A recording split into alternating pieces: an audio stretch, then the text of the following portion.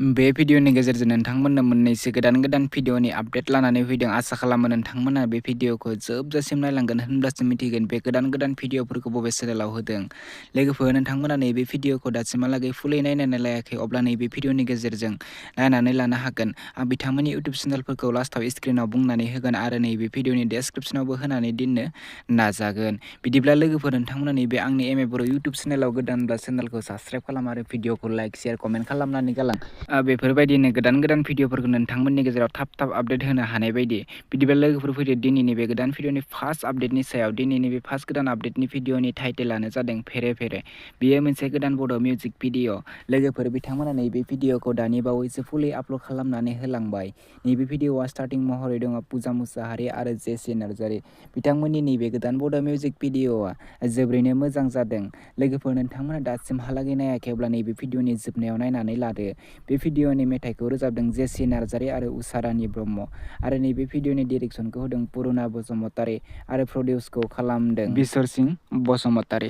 लोगोफोर, दासिमहालागै फुलै नायाखै, अब्ला बिथांमोननि लिटिल हार्ट नैबे स्क्रिनाव नुनाय इउटुब चेनेलाव थांनानै बिथांमोननि नैबे गोदान बड' मिउजिक भिडिअखौ नायनानै लाहैदो।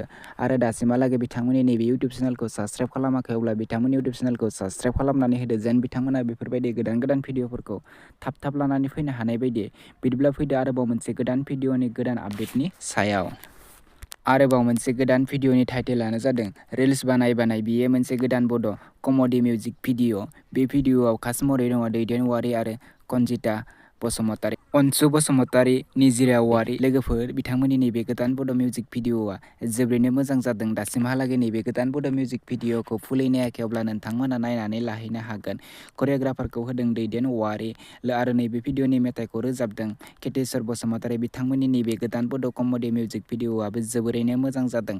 लोगोफोर, नोंथांमोना नायनानै लाहैदो आरो नैबे भिडिअखौ बिथांमोना कनजिता बर'नि बे स्क्रिनाव नुनाय इउटुब चेनेलाव फुलै आपल'ड खालामनानै होलांबाय। दासिमहालागै नायाखै, अब्ला नायनानै लादो।